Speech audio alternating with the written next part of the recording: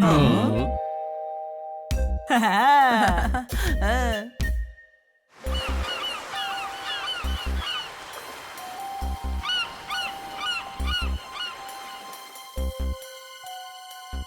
చోటు చూడడానికి చాలా భయంగా ఉంది. భయపడ్డానికి ఇక్కడేముంది? కానీ ఇక్కడ ఎవ్వరు అసలు లేరే. ఇది లంచ్ టైం, అందరూ వర్కర్లు తినడానికి వెళ్ళుంటారేమో.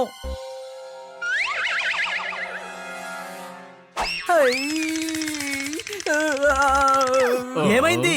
ఒక సోఫా ఎగురుకుంటా అటువైపుకి వెళ్ళింది.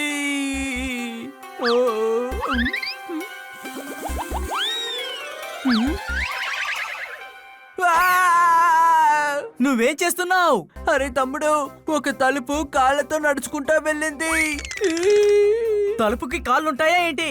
నేను అప్పుడే చెప్పాను ఇక్కడ భూతాలు ఉంటాయని. అరే ఇక్కడ భూతాల గీతాలు ఏం లేవు.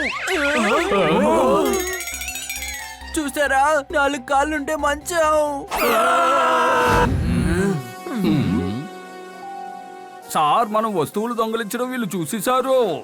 అరే బుర్ర తక్కువ వల్ల ఈ పనికిరాని సామాన్లన్నీ మీరెందుకు దొంగలిస్తున్నారు? ఎందుకంటే షిప్ లో ఉన్న తలుపు, సోఫా అన్ని చాలా స్ట్రాంగ్ గా ఉంటాయి. మార్కెట్ లో వీటికి ధర చాలా ఎక్కువ. అంటే అనుమానమా? ఇక్కడున్న శాండిలియర్, డెకరేషన్ వస్తువులు అన్ని చాలా ఫ్యాన్సీ. అందరూ ఇంట్లో ఉంచుకోవడానికి ఇష్టపడతారు. ఇంకా ఇది విలువైనది. ఇక్కడి నుంచి దొంగిలించి తక్కువ ధరకు అమ్ముతారు. దాన్ని అందరూ కొనుక్కుంటారు. ఓరి గాడిదల్లారా, ఎందుకు నా మొహం చూస్తారు? ఈ విషయం బయటికి తెలిసి మనం ఇరుక్కుంటే మన పరిస్థితి దారుణమైపోతుంది. వీటన్నిటిని బట్టి ఆ కార్గోలు బంధించండి, విదేశాలకి పోని. గుర్తుంచుకోండి, ఏ వస్తువు పగలకూడదు.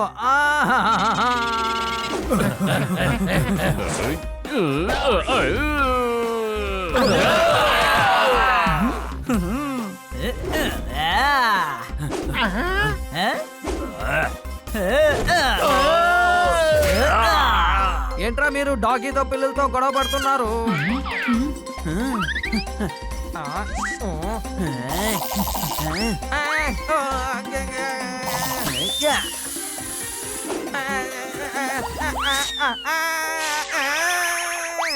నిన్ను ఈ టేబుల్ ల్యాంప్ తో కొట్టి కొట్టి ఫ్యూజన్ చేసేస్తాను. అనుమానమా? ఫ్యూజ్ చెయ్యొద్దు, ఆ తర్వాత పవర్ పోతుంది.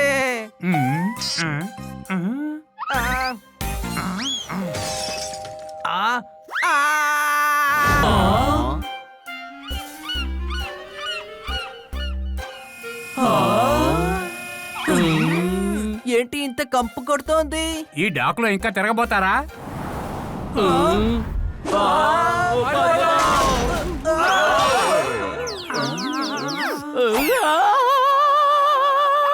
అరే మనం తప్పించుకున్నాం కదా, మరెందుకు అరుస్తున్నావు? నా తోక, నా తోక. కంటైనర్ని లేపండి. మనందరం కలిసి దీన్ని లేపాలంటే అసలు లేపలేము. ఆ తోకను పట్టుకుని గట్టిగా బయటికి లాగాలి. అనుమానమా? జోర్దాన్ని పట్టుకుని లాగండి.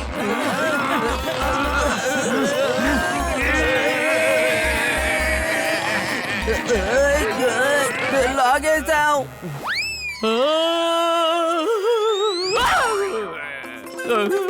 ఎంత కష్టపడి తన తోకని బయటకు తీసామో, ఇప్పుడు మళ్ళీ తను వెళ్ళి కంటైనర్ లోపల ఇరుక్కున్నాడు. ఒరే మూర్ఖుడా, తోక బయటికి రానే లేదురా. మీరు నన్ను మాత్రమే లాగారు. ఇలా చూడండి, తన తోకని పట్టుకుని లాగండి.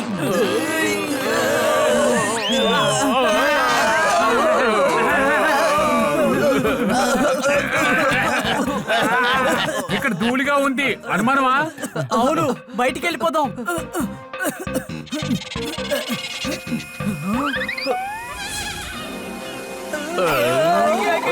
తమ్ముడు, ఇప్పుడు మనం ఎక్కడున్నాము?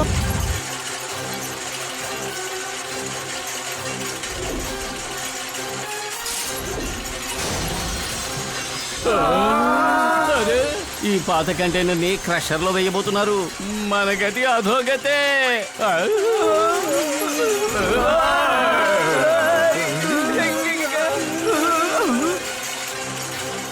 ఇప్పుడు మనం దూకాలి, వెంటనే దూకండి. నువ్వు హనీకి సరైన తమ్ముడివని మళ్ళీ మళ్ళీ కన్ఫర్మ్ చేస్తున్నావు. ఇంత ఎత్తు నుంచి మనం కిందకి ఎలా దూకగలం? అలా చూడండి, ఎగిరి మనం దాన్ని పట్టుకుందాం, ఆ తర్వాత కిందకి దిగుదాం.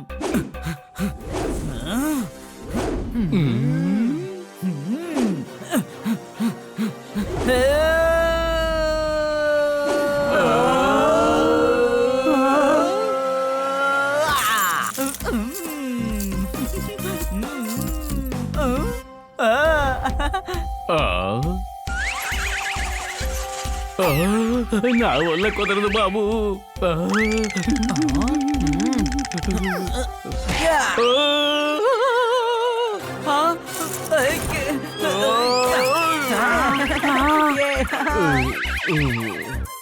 కిందకి దిగు హనీ జామ్.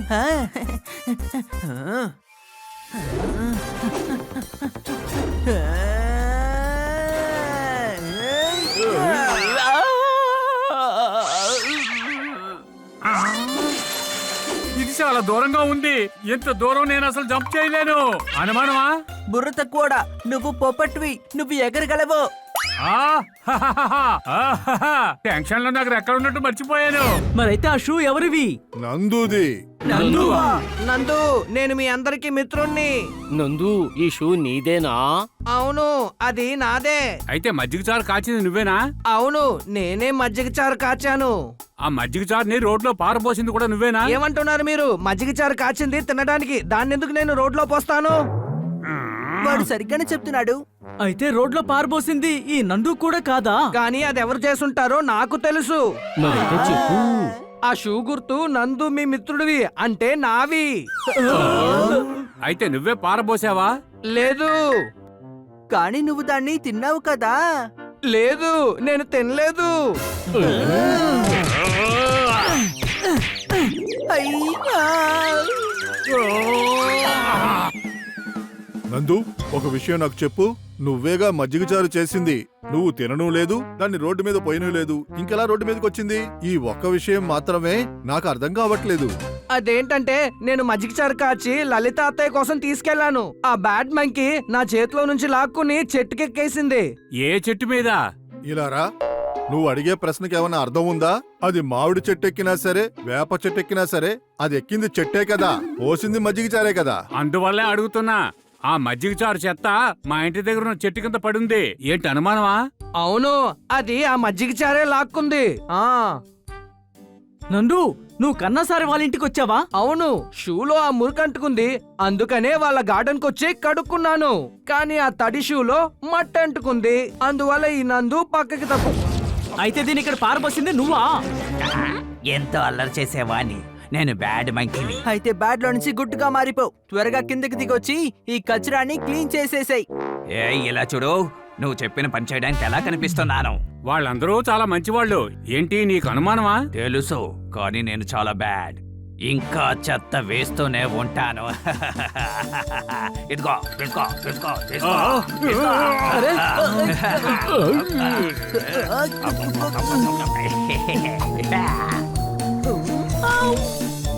ఇదెలా ఉంది? ముందు కాలుతో మమ్మల్ని ఇబ్బంది పెట్టావు, ఇప్పుడు తాళతో ఇబ్బంది పెడుతున్నావా?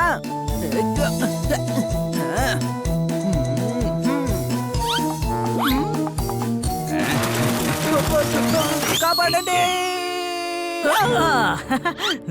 థ్యాంక్ యూ తమ్ముడు, thank you so much. A bad monkey, నువ్వే దీన్ని క్లీన్ చేయాలి. ఇప్పుడు చేస్తావా లేదా తన్నులు తింటావా? అది నీ చేతుల్లోనే ఉంది. నా చేతిలో ఇప్పుడు ఈ తియ్యటి సీతాఫల పండు ఉంది. నేను ఇప్పుడు ఈ విధంగా ఆడుకోవడం నాకు ఆనందంగా ఉంది.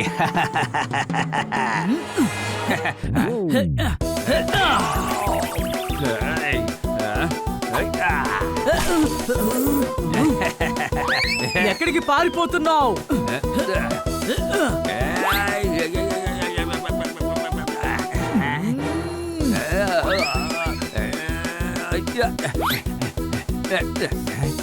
తమ్ముడి దగ్గర తప్పించుకున్నావంటే అన్నయ్య దగ్గర ఇరుక్కుంటావు.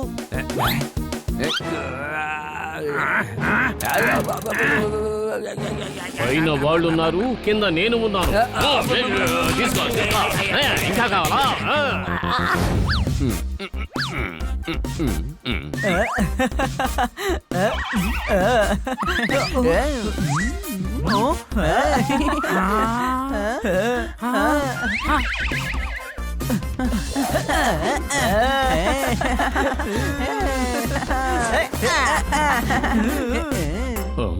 పోపట్, డాకంటే తిరిగి చూసే చోటు అనుకుంటున్నావా?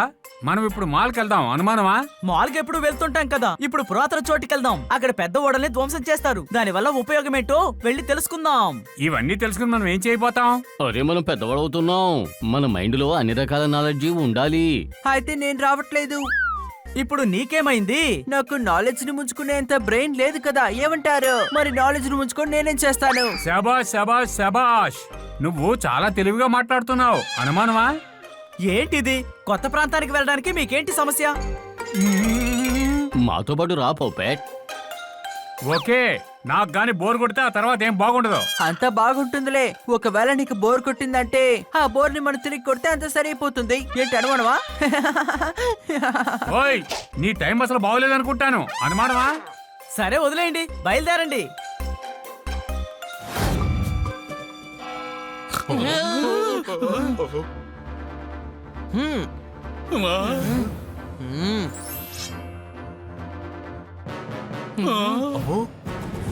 నేనవుతాను ఆర్కిటెక్ట్. నేను ఈ లోకల్లో ఉన్న అందరి ఇళ్లను డిజైన్ చేస్తాను.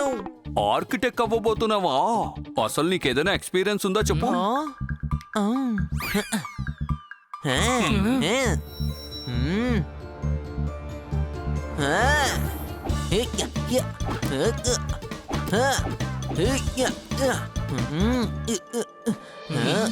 ఎక్స్పీరియన్స్ వచ్చింది.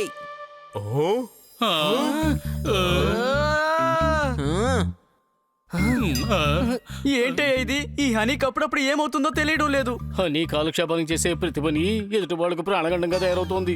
రండి, సారు అక్కడ ఏం చేస్తున్నారో చూద్దాం.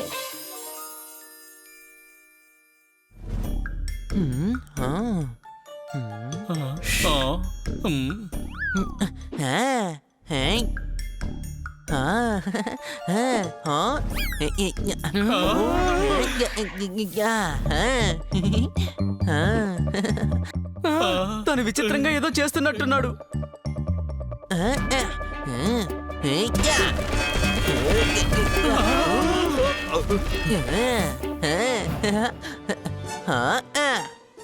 ఏయ్, నా ఇల్లు ఎరగొట్టి గేట్ చేసావా?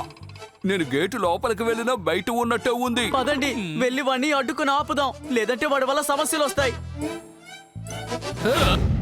నేను ఇంటిని డిజైన్ చేస్తాను. అంతులోనే డిజైన్ అయిపోయిందా? లేదు, ఇది భోజనానికి ఆర్డర్. వెళ్ళండి, వెళ్ళి తీసుకురండి. నేను చెప్పినట్టే మీరందరూ చెయ్యాలి. పోపెట్, వెళ్ళి క్రేన్ నడుపో.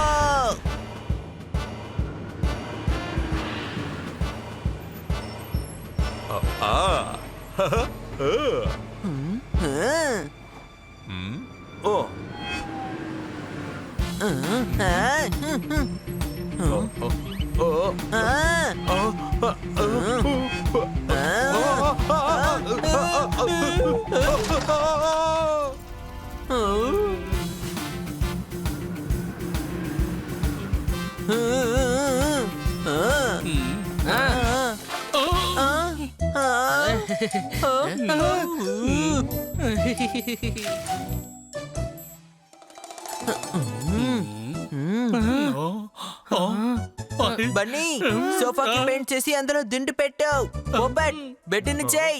ఇంకా జోర్దార్, నేను నీకోసం ఒక ముఖ్యమైన పని ఇవ్వబోతున్నాను. వెళ్ళి నా కోసం జ్యూస్ తీసుకుంట్రా.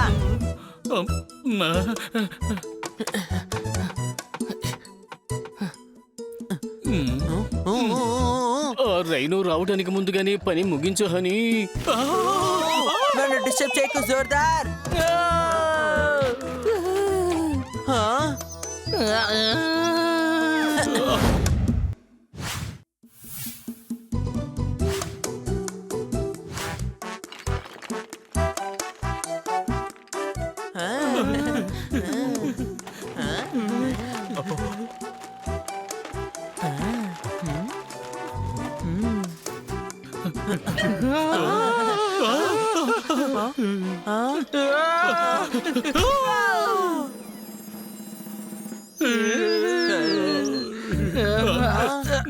ఏంటి ఇల్లు ఇలా కట్టావు హనీ? ఇక్కడ నాకు ఏమీ అర్థం కావటం లేదు. అక్కడ చూడు, ఏదో ఫస్ట్ ఫ్లోర్ డ్రాయింగ్ రూమ్ లో ఒక బాల్కనీ అయినా పెట్టారు.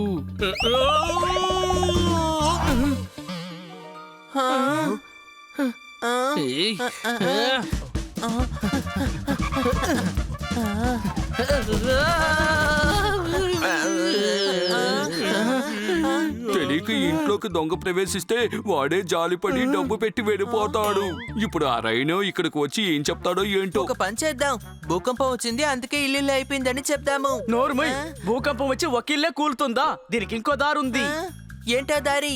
ఆ దారిలో కూడా బిల్డింగ్ కట్టాలా ఏంటి? లేదురా గాడిద, రైనో ఇంటికొచ్చే లోపల ఇంకో డిజైన్ పూర్తి చేసి హనీ కట్టిన ఇంటిని మనం బాగు చెయ్యాలి. లేదు, ముందుక్కడి నుంచి నేను వెళ్ళిపోతాను, వదిలేయండి.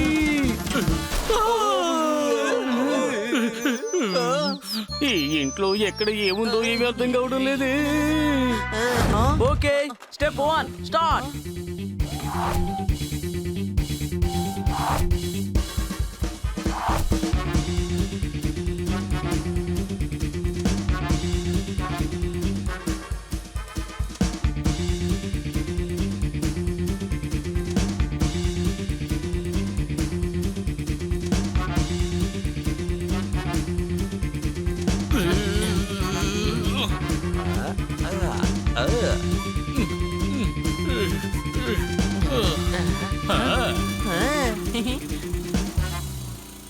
ఇంకా కొన్ని చేంజెస్ మిగిలి ఉన్నాయి. ఆ రైను రావడానికి ముందుగా అది కూడా మనం త్వరగా చేసేద్దాం.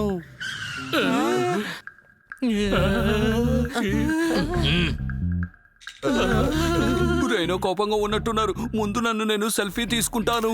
తన్నులు తిన్న తర్వాత బిఫోర్ ఆఫ్టర్ ఫోటో వేసుకోవచ్చుగా.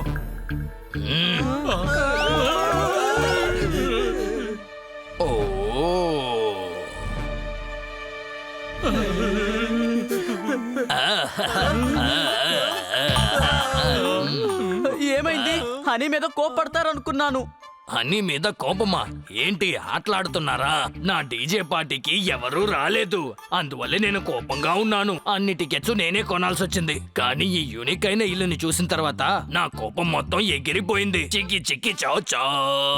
నేను ఎదురు చూసింది కూడా ఇటువంటి డ్రీమ్ హౌస్ నే. ఇదే ఇతని డ్రీమ్ హౌస్ అయితే ఇతని డ్రీమ్ డెస్టినేషన్ ఖచ్చితంగా అడ్డదిడ్డమైన దారి అయి ఉంటుంది. ఏంటి అనుమానమా?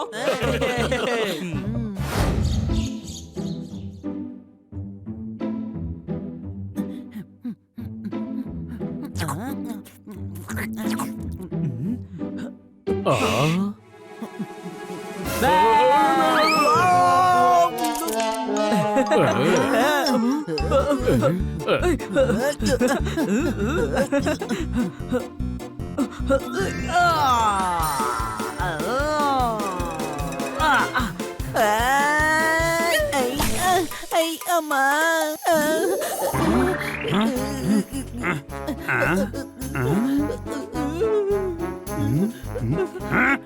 టెన్షన్ అవ్వద్దు, ఇది మజ్జిగ చారు. ఏంటి అనుమానమా?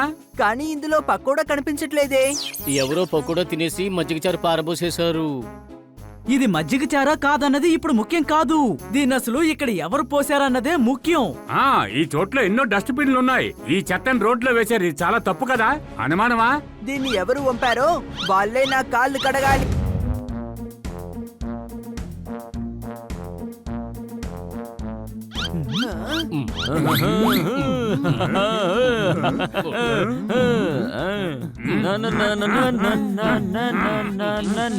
జోలుమాలే జోలుమాలే అన్ని రోజులు జాలిమాలే. అయితే జాలి జాలి జాలి.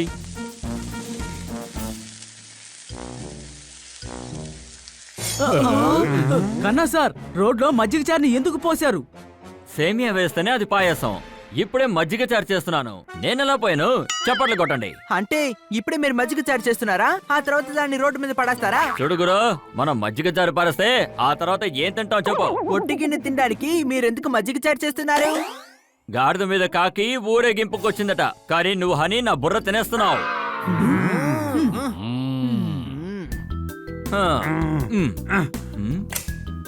కన్నా సార్, రోడ్లో మీరేనా మజ్జిగ చారు పారబోసింది? చూడుగురు, నేనే పారేయలేదు. మజ్జిగ చారులో నడిచిన షూ గుర్తులు బాగా కనపడుతున్నాయి కన్నా సార్. కన్నా సార్, ఆ షూ గుర్తులు ఎక్కడ దాకున్నాయో తెలుసా? ఇక్కడ మీ ఇంటి వరకు ఉన్నాయి. కానీ మేము ఆ షూ గుర్తుల్ని ఫాలో అవుతూనే మీ ఇంటి వరకు వచ్చేసాము కన్నా సార్. ఏం ఆలోచిస్తున్నారు? గ్యాస్ మీద పెట్టిన పాలు కూడా ఇంకా కాగలేదు. పొద్దు నుంచి నేను ఇంట్లోంచి బయటికి వెళ్ళలేదు. చప్పట్లు కొట్టండి. మరైతే ఆ షూ గుర్తులు మీ ఇంటి దాకా ఎలా వచ్చాయి? అయితే షూ దానికదే నడుచుకుంటూ వెళ్ళిందా? బయట రోడ్డు మీద చాలా మంది తిరుగుతూ ఉంటారు. డాక్టర్ బాలు గారింటికి వచ్చారు. ఇది ఆయనది కూడా అయిండొచ్చు కదా?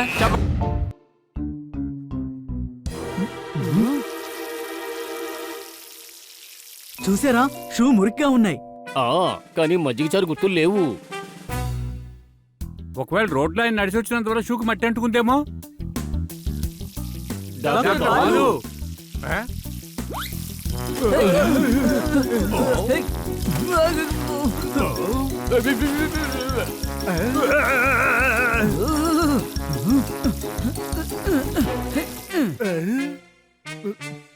డాక్టర్ బాలు, మీరు చేస్తున్న పని మంచిది కాదు. ఇలా రండి. మా ఇంటికి వచ్చింది మీరు, వెనక నుంచి మాట్లాడింది మీరు, నేలలో తడిసిపోయింది మీరు. నింద నా మీద వేస్తున్నారా? మీ వల్ల నా గార్డెన్ అంతా పాడైపోయింది. మీ వల్ల నా శ్రమంతా నాశనమైపోయింది. మేము మజ్జిగ చారు గురించి మాట్లాడడానికి వచ్చాం. అది మీరే కదా పారబోసింది. మజ్జిగ చారా? ఏమంటున్నారు మీరు? మజ్జిగ చారు గురించి విని చాలా కాలం అయింది. కానీ మేమెందుకు వచ్చామంటే పకోడా మొత్తం తినేసి మజ్జిగ చారుని రోడ్లో ఎందుకు పారబోసారని. ఇలా రావు. నీ బుర్రలో షార్ట్ సర్క్యూట్ అయ్యి ఫ్యూజ్ పోయిందా ఏంటి? నాకు మజ్జిగ చారు నచ్చదు. మజ్జిగ చారే కాదు, జిగురుదండ ఇచ్చినా కూడా నేను తాగను. దీపావళిలో పేలని టపాకాయ, ఫ్లవర్ పాట్ కూడా నేను ముట్టుకోను. కానీ ఫ్లవర్ పాట్ ని ఎవరు తినరు కదా. మాటని వదిలే, భావాన్ని అర్థం చేసుకో. నేను ఉదాహరణకి చెప్పాను. పెరుగుకి సంబంధించింది ఏది నేను తినను. అర్థమైందా? అందువల్లే కదా దాన్ని మీరు బయట పారబోసారు. నన్ను చూసి ఏం అడుగుతున్నావు నువ్వు? నేను ఒక డాక్టర్. నేను తినేది బయట పాడేను. గుమ్మంలో ఉన్న మీ మురికైన షూనే దానికి సాక్ష్యం డాక్టర్. ఇలారా, నీ కళ్ళేమన్నా గుడ్డైపోయాయా లేక నీ మనసేమన్నా మలినమైపోయిందా? ఆ షూను చూడు, నా షూను చూడు. ఆ షూ నాది కాదు.